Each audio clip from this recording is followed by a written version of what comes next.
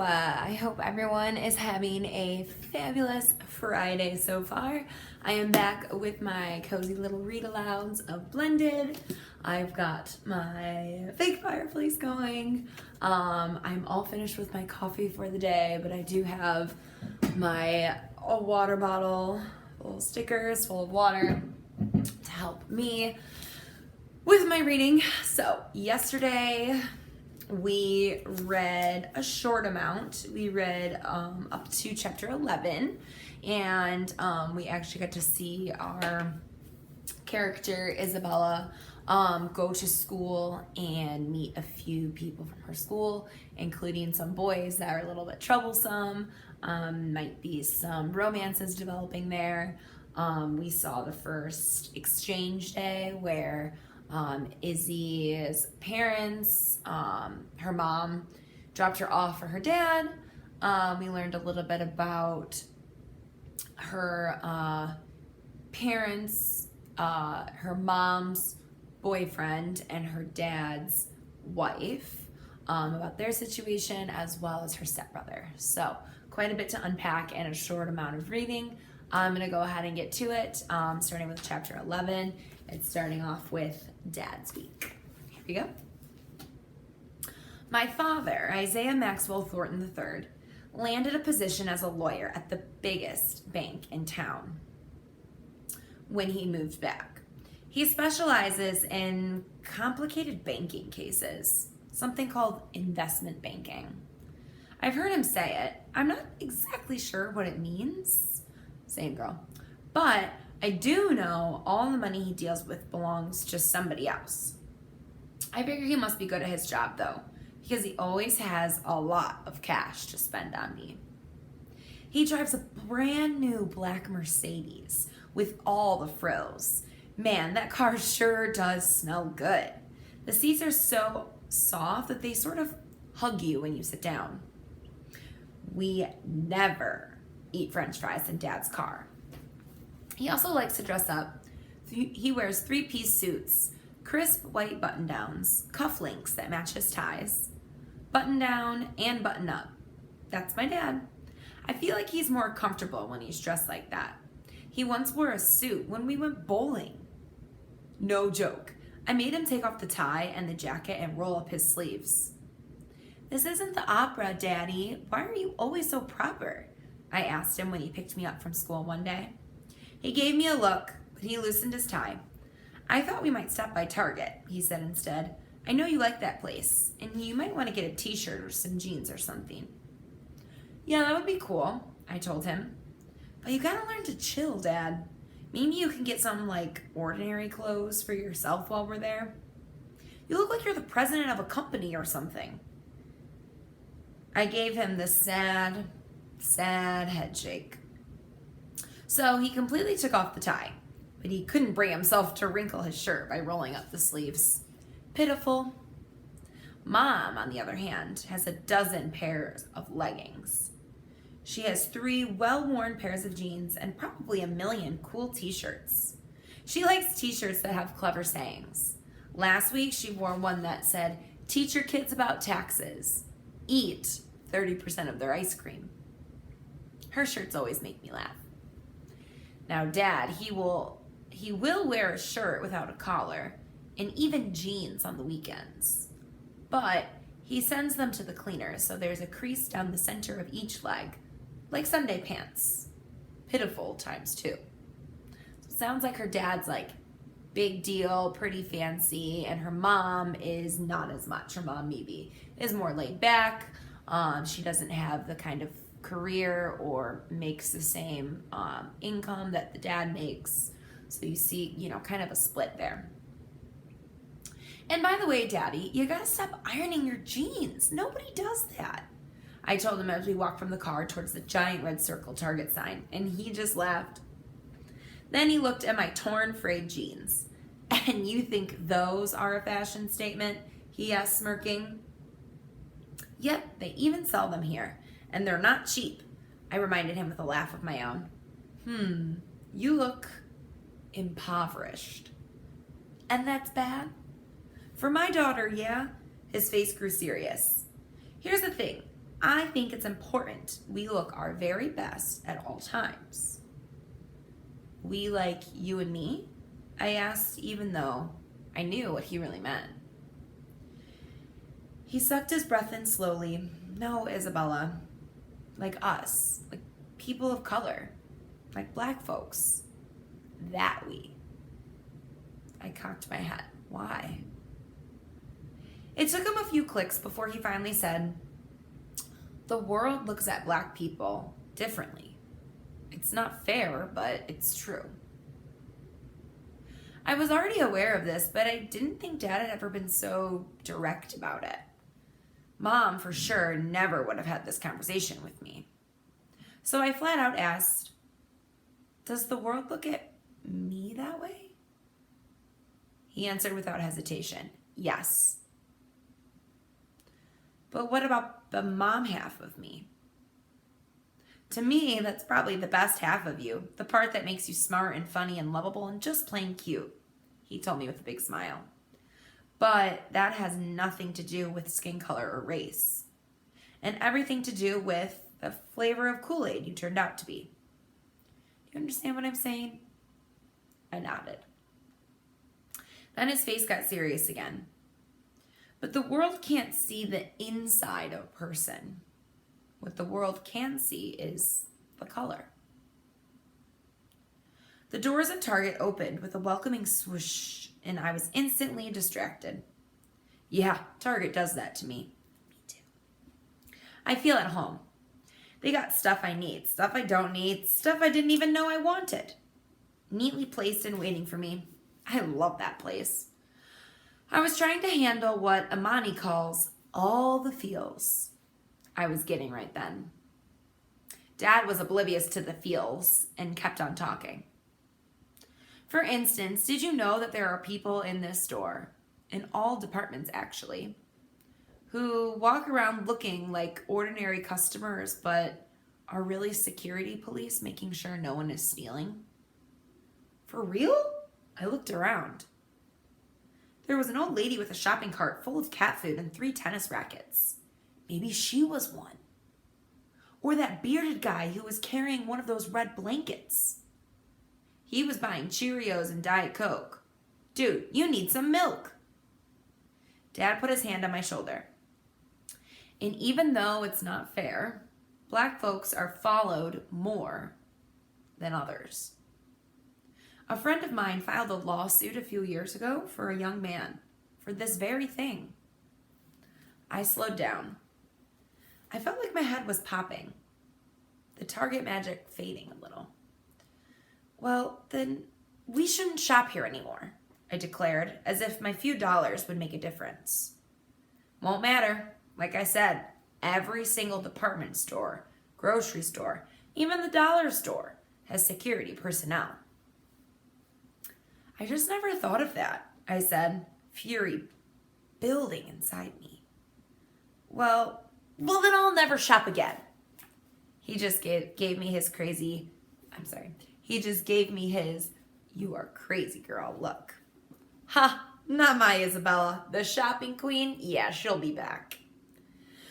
So yeah, kind of sad. I knew he was pretty much right. I loved this place. I pulled the cart to a full stop near the sporting goods department. Everything was so neatly displayed. There were rackets and rods, balls and bats, and even ropes for jumping double dutch or lassoing cattle. That made me giggle. I didn't even need a batting helmet, but I saw one that was so cute I wanted to buy it. Yep, that Target's got it going on. We wandered around the store, Dad letting me choose anything I wanted. I got a couple of t-shirts for myself, and I got one for Mom that said, my favorite child gave me this shirt, Dad either didn't mind or didn't notice. He made no comment.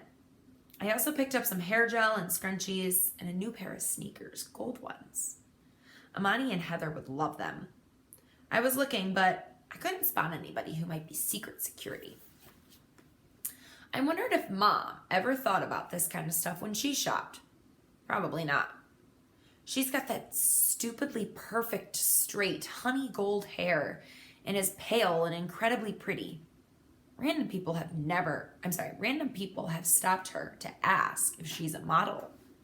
Nobody has ever asked me that. I can tell it makes her feel good when that happens, though. Even though she looks away, her smile tells me. I bet she's the type of person security folks are trained not to follow. Very, very interesting. Again, one of the biggest themes and messages of this story is sort of this conflict between race, right? So Isabella, who again is biracial, her mom is white and her dad is black, she's now at this age where she's starting to have these very candid and transparent conversations with her dad, particularly about the part of her that's black. And he's sharing with her, which is a very, very real issue and a real thing that a lot of people who are black experience in stores, like he said, in grocery stores, department stores, everywhere.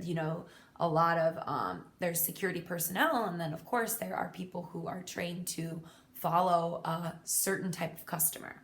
And so he is saying, I think it's important to always dress to the nines, right? I think it's important to always look fabulous, because if you look well dressed, you might be someone they are less inclined to follow. He's saying they're automatically going to notice color. They're automatically going to notice what you're wearing, how you're put together, right? They don't know the person inside. They don't know the Kool-Aid just yet. They're going to judge from the outside. So he's saying, I can't change the fact that I'm black, but I can change the fact of what I wear. So maybe even though they're going to notice I'm black and they might be more inclined to follow me from their bias, right? Whether they realize it or not, these security personnel, if I'm dressed a certain way, that might then kind of have them look another way or decide that this person, even though he's black, might not be worth following. So it's a very, very candid, transparent, and real life conflict situation that he experiences and black people in general experience. And so he's trying to explain this to Isabella, that this is why he dresses up. It's very, I don't have the words to describe it, being a white female, but it's very real and it's very sad. And that's part of the reason why I love this book so much, because it helps me as a white teacher talk about and introduce a lot of these racial inequities that are apparent in real life. With that, I'm going to keep going. Chapter 12, Mom's Week. I make it my goal to practice on my piano every single day this week, either at Mom's house or at Waffle House. I'm getting ready for a huge piano recital called Piano Palooza. I wonder if the person who thought of that name had too much coffee that morning. But it's serious. A chance for lots of young musicians like me to show off their skills. It's supposed to be low stress, but of course all the parents and teachers freak out about it.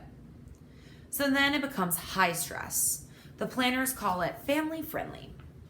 I guess that could be true if your families are actually friendly to each other. It seems like a long time away, but the recital will be here before I know it. It's going to be held the second Saturday in June at the University of Cincinnati. It will fall on a dad week. The university is a really huge place. Inside that big old university is the College Conservatory of Music. That's where you will find the recital hall. Getting to perform there is a really big deal. I sat in the very back one time when Dad took me to a concert by some famous Polish piano player.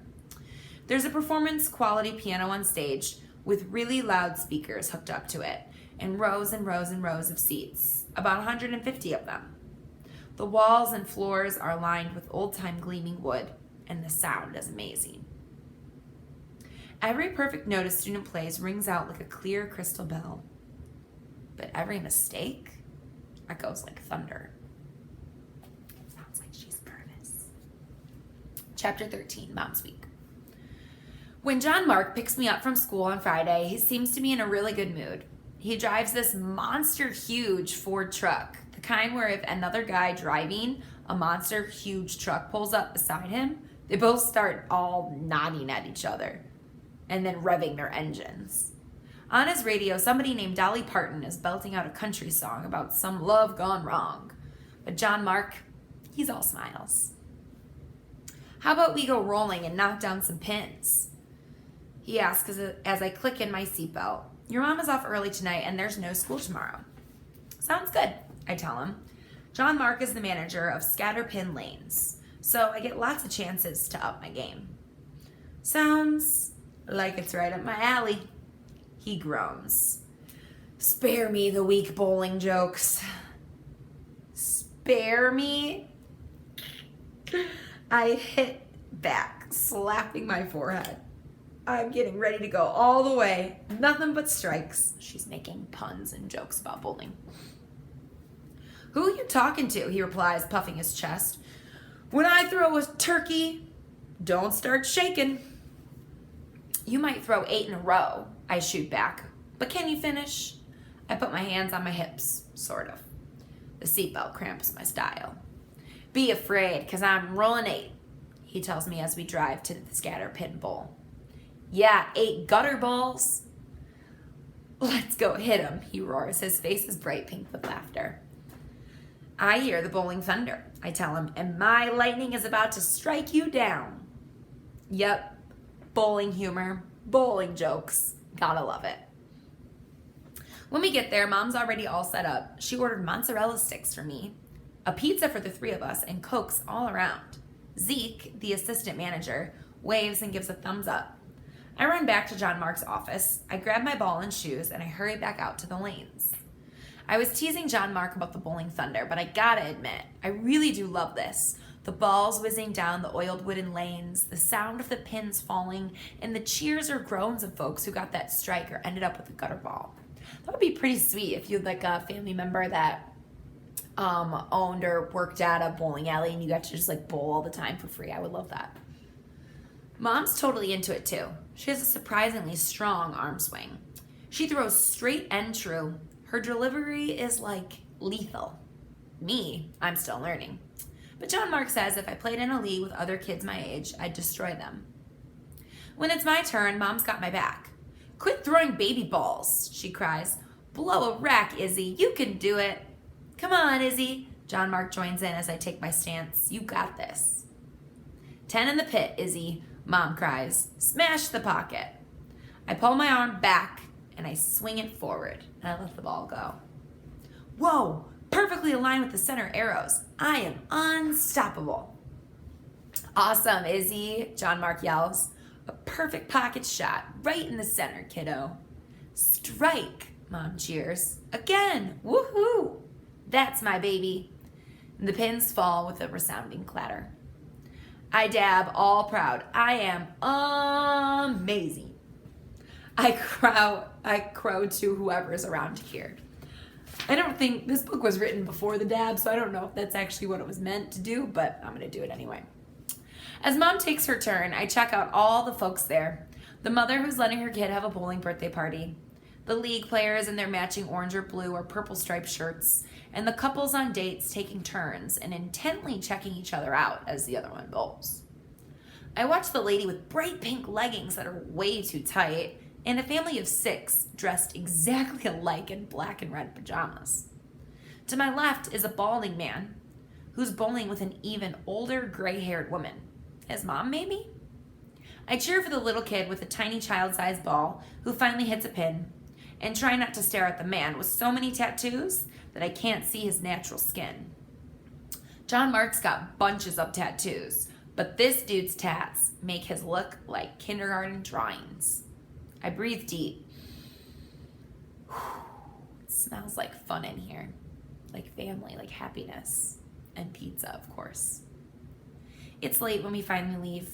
John Mark had the highest score as usual, but I edged out Mom by 7 pins, and I don't think she even let me win either. All right, I'm gonna stop right here. I will do another video. Like I said, I don't want videos to be too long of the next few chapters, but I'm glad that we got to go through some kind of important conversations in this read aloud. So yeah, I hope you guys enjoyed. Happy Friday, if you're watching this on a Friday. And I'll see you soon. Bye.